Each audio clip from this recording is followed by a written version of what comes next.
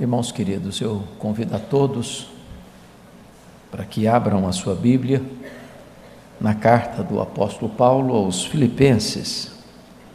Carta do apóstolo Paulo aos Filipenses, capítulo 2, versos 9 a 11. Esse texto diz o seguinte: pelo que também Deus o exaltou sobremaneira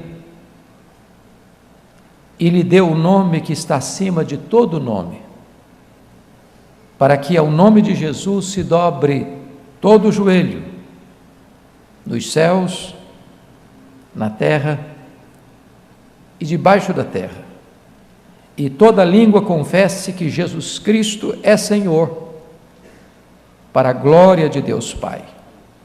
Eu convido a igreja para lermos novamente, agora toda a igreja comigo, versos 9 a 11, vamos juntos. Pelo que também Deus o exaltou sobremaneira e lhe deu o nome que está acima de todo nome, para que ao nome de Jesus se dobre todo o joelho, nos céus, na terra e debaixo da terra, e toda língua confesse que Jesus Cristo é Senhor, para a glória de Deus Pai. Amém. Amados, esta é a verdade magna do cristianismo. Esta é a acrópole da teologia cristã.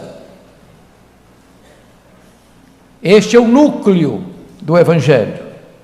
Jesus Cristo é o Senhor. Alguém tentando ilustrar essa realidade, imagina um sociólogo francês, por ler que esta terra, já na sua descoberta, recebe um nome religioso: terra de Veracruz, terra de Santa Cruz, e fazendo ele uma pesquisa de doutorado sobre a realidade religiosa do Brasil, resolve para cá fazer uma viagem para uma pesquisa de campo. Para seu espanto, ao chegar na alfândega, já vê um grande crucifixo pendurado na parede. E estava aí o símbolo religioso. Ao pegar um táxi para o hotel, percebe que havia uma miniatura do Cristo Redentor no chaveiro daquele taxista.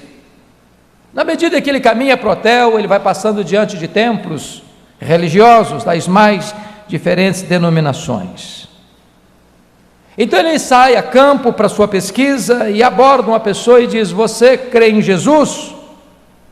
E a pessoa responde: é claro, eu sou católico romano. Ele vê um grande templo, estava estampado: Jesus é o Senhor. E ele pergunta a alguém: você crê em Jesus? É claro, eu troquei de casa, agora estou num carro novo. Avança um pouco mais e entra numa loja religiosa. A placa estava dizendo loja de Umbanda, e ele vê uma grande imagem de Iemanjá, e do lado ele vê também uma imagem de Jesus e pergunta: você crê em Jesus? E o vendedor responde: claro que eu creio. Ele foi um espírito muito iluminado. Creio sim.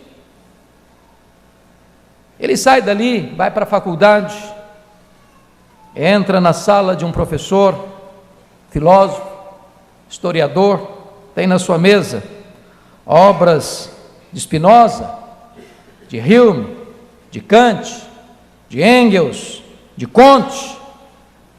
E ele pergunta: você crê em Jesus?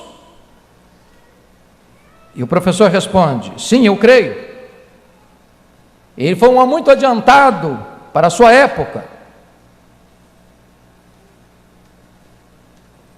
E então, esse pesquisador volta para a rua, e à medida que caminha, vê dois homens, de camisa e gravata, calça bem passada, cabelos bem cortados, parecem irmãos gêmeos. E aborda-os e pergunta: e vocês, creem em Jesus? E eles responderam: é claro que nós cremos, nós fazemos parte da igreja verdadeira, somos os santos dos últimos dias. E o pesquisador, impressionado, avança um pouco mais e encontra algumas pessoas vendendo literatura pela rua, panfletos, e aborda-os assim: e vocês? Vocês creem em Jesus? E eles: claro, olha a revista que estamos vendendo sobre Armagedon. Nós somos os remanescentes dos 144 mil que vão reinar com Cristo. E o sociólogo então fica muito impressionado com a devoção do povo brasileiro. Por todo lado que anda, vê um símbolo da cruz. Nas casas particulares, nas repartições públicas, até nos botequins. E essa imagem que acabo de apresentar a vocês não passa de uma parábola sobre o problema que enfrentamos no Brasil, sobre a verdadeira e genuína profissão de fé religiosa do nosso povo. O texto lido nos sugere a uma grande pergunta, e a pergunta é: quem é Jesus? Quem é Jesus? É curioso que os discípulos de Jesus, enfrentando uma terrível tempestade no mar da Galileia, depois de baldados todos os seus esforços para resolver a situação, e o mar se tornava ainda mais revolto, acordam Jesus com a pergunta, com um tom de censura: mestre, não te importa que pereçamos? E diz a Bíblia que Jesus se levanta, acalma o vento, acalma o mar, fez-se grande bonança, e Jesus se dirige a eles assim: por que sois assim tímidos? Como é que não tendes fé? E eles, admirados, perguntavam uns aos outros: quem é este? Quem é este que até o vento e o mar lhe obedecem? Quando Jesus caminhava pelas bandas extremas de Israel, extremo norte de Israel, lá nas fraldas do Monte Hermon, lá na região de Cesareia de Filipe, Jesus perguntou para os seus discípulos: quem dizem os homens ser o Filho do Homem? O que o povo comenta a meu respeito? E os discípulos responderam: uns dizem que tu és João Batista, outros dizem que tu és Elias, outros dizem que tu és Jeremias, outros dizem que tu és alguns dos profetas. Isso porque a doutrina oriental da reencarnação já era pregada naquele tempo, e era uma crença comum naqueles dias, e essas pessoas imaginavam que Jesus fosse alguém que já tivesse vivido no mundo e estava de volta, numa segunda vinda, numa segunda vida. Então Jesus pergunta para eles: e vós, quem dizeis que eu sou? E Pedro responde pelo grupo: tu és o Cristo, o Filho do Deus vivo, tu és o Messias, tu és o profeta, tu és o sacerdote, tu és o rei, tu és o desejado das nações, tu és o esperado de Deus.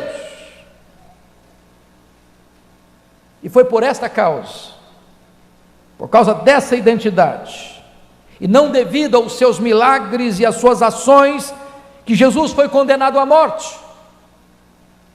Quando ele estava no Sinédrio, sendo julgado pelos membros do Sinédrio, depois de ser cuspido, de ser esbordoado, o sumo sacerdote pergunta para ele: eu te conjuro pelo Deus vivo, que me digas se tu és o Cristo, Filho de Deus. E ele respondeu: tu dizes. E o Sinédrio inteiro, em acordo com o sumo sacerdote, responde: é digno de morte.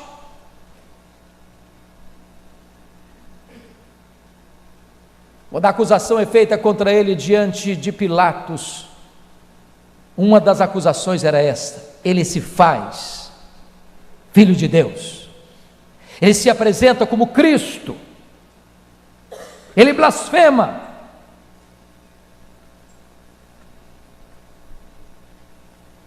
Depois que Jesus Cristo morreu e ressuscitou, o apóstolo Pedro, com indobrada coragem,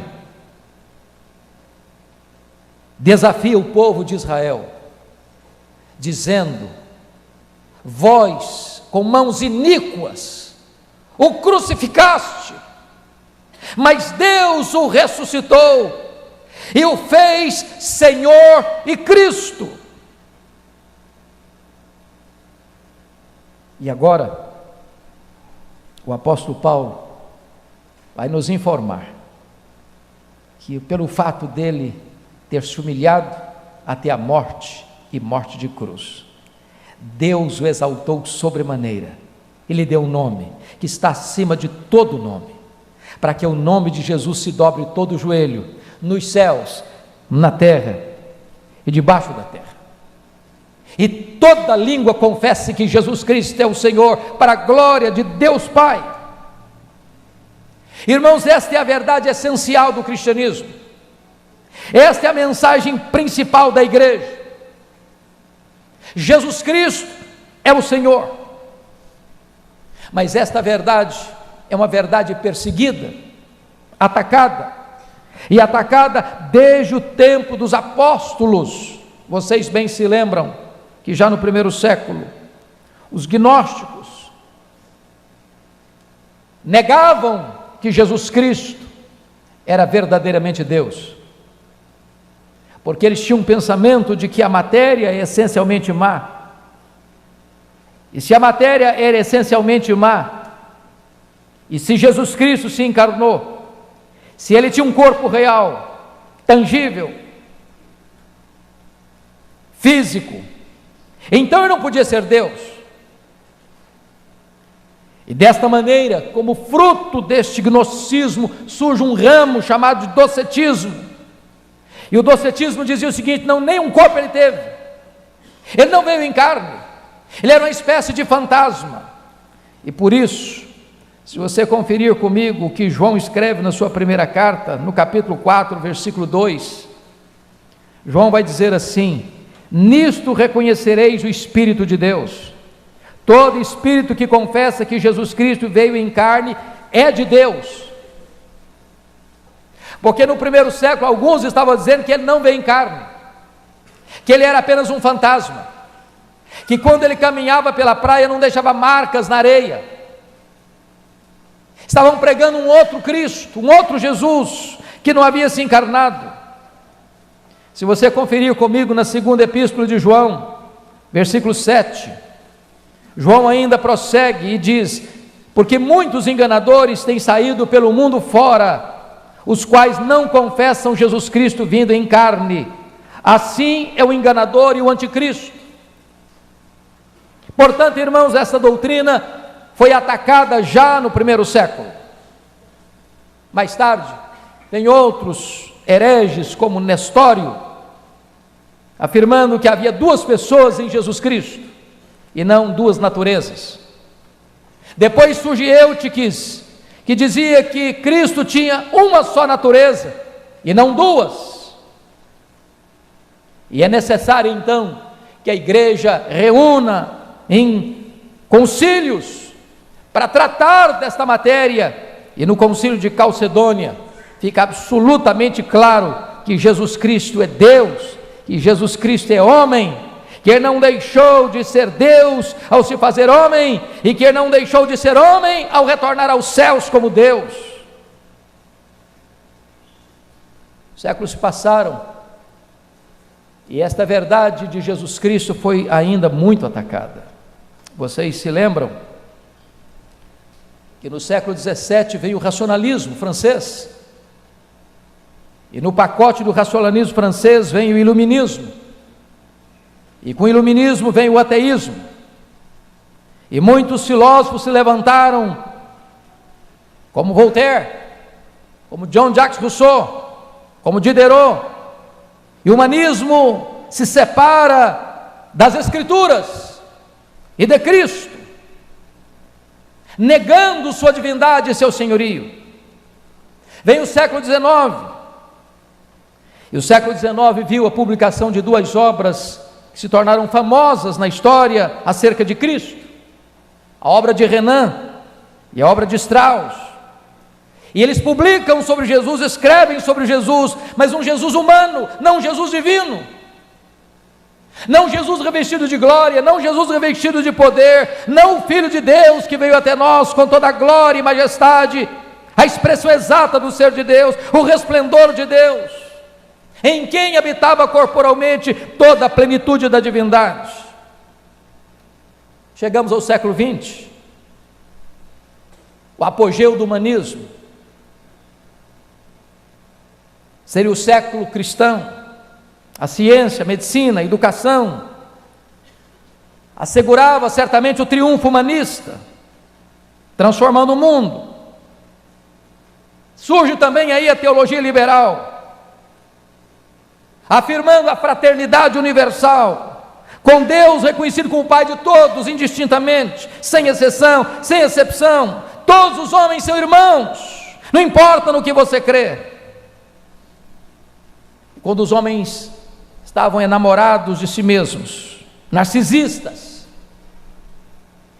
confiando de que o homem construiria um paraíso na terra com as suas próprias mãos, a história é chocada, abalada, atormentada com 2 sangrentas guerras mundiais, com mais de 100 milhões de pessoas trucidadas. Então, depois da Segunda Guerra, vem o teólogo de Bélios, estabelecendo o método da crítica da forma, olhando para a Bíblia como um livro comum.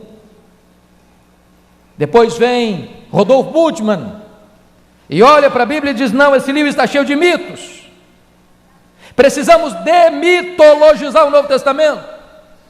Não, os milagres que Jesus fez, Ele não os fez.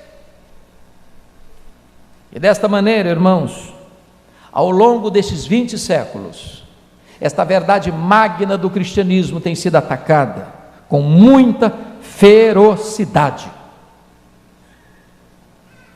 Por outro lado, esta verdade tem sido mal compreendida dentro da igreja, porque a profissão de fé da igreja é Jesus Cristo é o Senhor. Mas surgiu dentro da igreja uma ideia de que você pode dicotomizar, você pode separar as duas coisas. Você pode receber Jesus Cristo como Salvador, e num segundo estágio, então, quando você estiver numa vida melhorada, aí sim você recebe a Jesus Cristo como Senhor. E essa ideia falsa, equivocada, estrásbica, ganhou espaço em muitos lugares, e algumas pessoas se declaram cristãs, vivendo a vida mundana, se reconhecem como cristãos, mas o eu e não Cristo está no centro da sua vida. E quando você se volta para a Escritura, curiosamente, você vai ver que Salvador, a palavra Salvador para Jesus nos é apresentada pouco mais de 16 vezes. A palavra Mestre nos é apresentada pouco mais de 64 vezes. Mas a palavra Senhor nos é apresentada no Novo Testamento 650 vezes. A grande ênfase do Novo Testamento é que Jesus Cristo é o Senhor. A ordem bíblica é crer no Senhor Jesus. E a igreja do primeiro século proclamou isso, irmãos. Proclamou isso. A igreja do primeiro século mostrava com todas as letras que o homem precisa se humilhar e se ajoelhar e se curvar diante de Jesus Cristo como Senhor, como autoridade absoluta. Em contraste, a igreja do século XX se ajoelha perante o mundo, implorando que ele aceite a graça de Jesus como Salvador. Os homens querem um Salvador, mas não o Senhor. Desejam um reino sem submeter-se ao Rei dos Reis e Senhor dos Senhores. Mas o que quer dizer Jesus é o Senhor? Hoje, quase nada. Apenas nomenclatura. Mas no primeiro século, dizer que Jesus é o Senhor era algo absolutamente revolucionário. Porque no primeiro século, somente César era Senhor. Só ele era honrado na terra como Senhor, como divindade. Portanto, quando os primeiros cristãos anunciaram Jesus como Salvador, o Império Romano não ficou nada preocupado com isso. O Império Romano era extremamente tolerante com todas as religiões. O Império Romano conquistava povos, e esses povos tinham deuses, e esses deuses eram bem-vindos, e havia espaço no panteão romano para muitos outros deuses. Não havia nenhum problema para Roma aceitar mais um Salvador. A Roma pagã era a mãe tolerante das muitas religiões. Mas no momento em que os cristãos se levantaram para dizer Jesus Cristo é o Senhor, isso foi uma afronta, isso foi recebido como uma traição, isso foi recebido como uma infidelidade dos súditos de Roma. E por causa dessa profissão, Jesus Cristo é o Senhor, os primeiros cristãos foram queimados vivos, viveram nos antros da terra, nas catacumbas, foram crucificados, foram jogados nos anfiteatros da morte para serem devorados pelos leões, foram atravessados pela espada dos gladiadores. E não tem sido diferente ao longo da história da igreja. Se vocês recordam a história da perseguição na Coreia do Sul, antes de Coreia do Norte, Coreia do Sul, inclusive, 1907, quando o Japão dominou a China, e a Coreia era corredor do Japão, e o imperador japonês domina também a Coreia, e estabelece que os coreanos deveriam adorar o imperador japonês como um deus, e os nossos irmãos, por não se curvarem diante do imperador como uma divindade, mas ainda professarem Jesus Cristo como Senhor, foram torturados, eram empurrados para dentro dos seus templos, as portas eram fechadas e os templos eram incendiados com eles lá dentro, para morrerem carbonizados. Os crentes eram apanhados e torturados vagarosamente com felpas de bambu debaixo das unhas. Os crentes eram amarrados, a cabeça no animal, os pés no outro animal, e os animais enxotados em direções opostas, para eles serem arrebentados ao meio. Os crentes eram assentados, e jogava-se pedra de 500 quilos em cima das suas pernas, para que elas fossem esmagadas. Somente num dia, 200 pastores foram decapitados às margens do rio Han, apenas por causa disso, de afirmar Jesus Cristo é o Senhor. Meus amados, hoje a igreja precisa resgatar essa mensagem. Jesus Cristo é o Senhor. Jesus Cristo está acima da pátria. Jesus Cristo está acima da família. Jesus Cristo está acima da minha própria vida. Ele é o Senhor. Todo joelho deve se dobrar diante dele. Os reis, os presidentes, os ditadores, os filósofos, os cientistas, os generais, os homens de todas as classes, os ricos, os pobres, todos precisam se curvar e confessar que Jesus Cristo é Senhor, para a glória de Deus Pai. Ele é o Senhor do universo. Ele tem as rédeas do universo em suas mãos, ele mede as águas na concha da sua mão, ele pesa o pó das montanhas em balança de precisão, ele espalha as estrelas do firmamento, ele olha para as nações da terra e as considera como um pingo que cai de um balde. Ele é o Senhor do universo.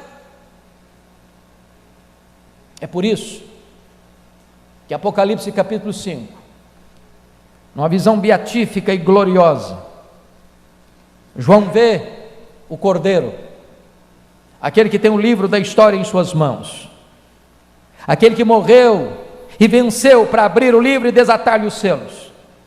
João olha e vê o universo inteiro, os anjos, a igreja e todos os seres que existem em todo o universo estão proclamando: aquele que está sentado no trono e ao Cordeiro seja a honra e a glória e o louvor e o domínio pelos séculos dos séculos. Ele é o Senhor. Meus amados, Jesus Cristo é o Senhor da história. Essa é a visão de Daniel capítulo 2. Reinos se levantaram, reinos caíram. Reinos poderosos, que dominaram com truculência, que fizeram guerras, que conquistaram terras, que subjugaram povos.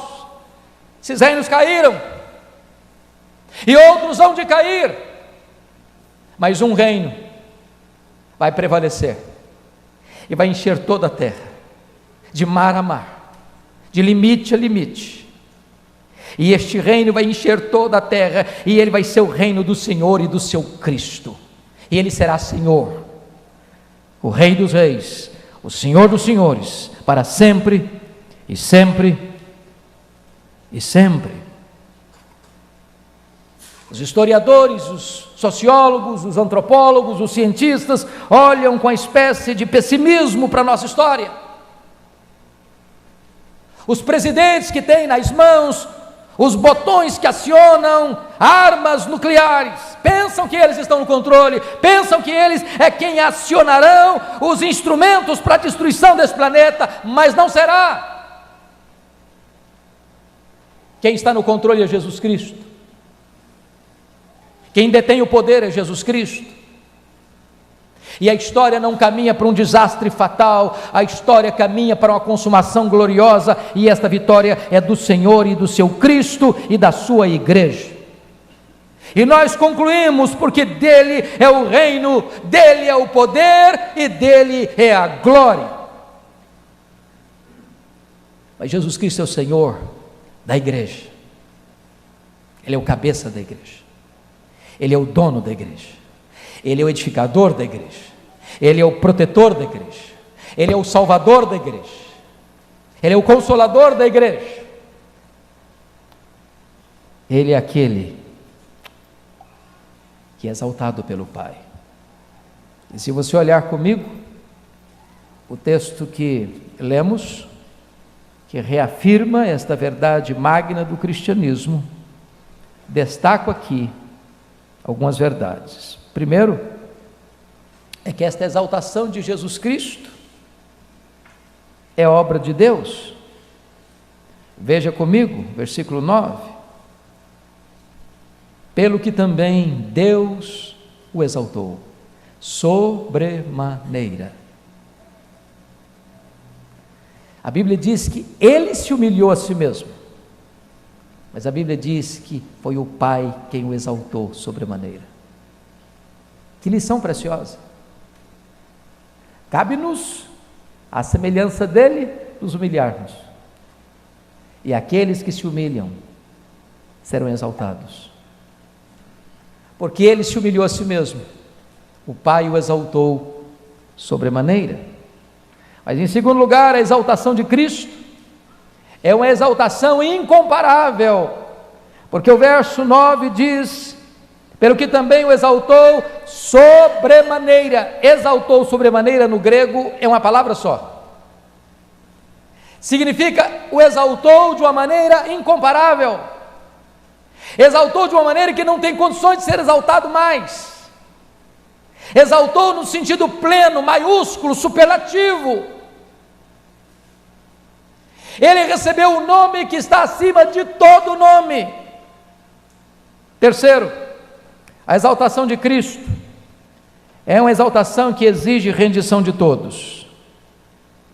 No verso 10 está escrito: para que ao nome de Jesus se dobre todo o joelho, nos céus, na terra e debaixo da terra. Anjos, homens e demônios precisam se curvar. Se não se curvam ainda, hão de se curvar no futuro.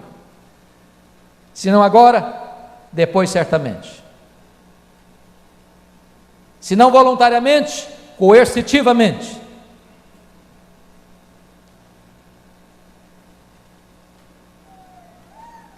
Isso é obra de Deus.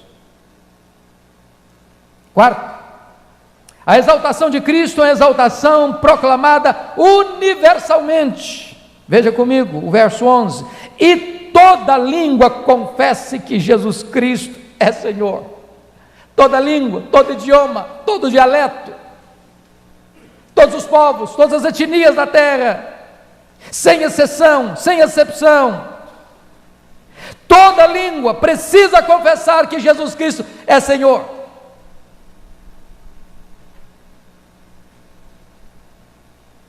Mas, finalmente, a exaltação de Cristo é a exaltação que tem um propósito estabelecido. O primeiro deles é que todos reconheçam que Jesus Cristo é Senhor. E segundo, para que o Pai seja glorificado nessa exaltação. Diz a Bíblia que Ele vai reinar até colocar todos os seus inimigos debaixo dos seus pés. E então, Ele entregará o reino ao Deus e o Pai, para que Ele seja tudo em todos. O que você vai fazer diante desta verdade? Ele é o Senhor. Isso não é uma possibilidade, isso não é uma hipótese.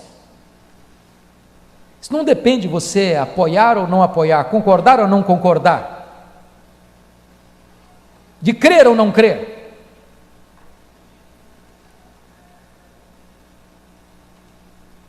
Não é a pergunta se você vai reconhecer Jesus como Senhor ou não, ou se você vai confessá-lo ou não, só questão de tempo. Se você o negar hoje, amanhã você vai ter que confessá-lo, mas ter que confessá-lo imperativamente, coercitivamente, no dia do juízo, não lhe dará o direito de receber dele: vinde, entrai na posse do meu reino. Mas hoje, você tem o privilégio, a oportunidade, a bênção de confessá-lo como Senhor da sua vida, gostosamente, livremente, espontaneamente, pela ação do Espírito Santo. E aqueles que confessam Jesus Cristo como Senhor, recebem dele perdão e vida eterna. Este Jesus é a semente da mulher. Este Jesus é o Cordeiro da Páscoa. Este Jesus é a pedra ferida e o manancial das águas vivas. Esse Jesus é o sol da justiça, é o sacerdote, é o profeta, é o rei. Esse Jesus é o maravilhoso conselheiro. Esse Jesus é o pão da vida, é a luz do mundo. Esse Jesus é a porta, é o bom pastor, é a ressurreição e a vida, é o caminho, a verdade e a vida. Este Jesus é a videira verdadeira. Esse Jesus é a nossa justiça, a nossa paz, a nossa alegria. É o nosso grande sumo sacerdote. Ele é o Rei dos reis, Ele é o Senhor dos senhores. Hoje você tem a oportunidade de render-se a Ele e crer nele e receber dele a vida eterna. Feche os seus olhos, curva sua fronte.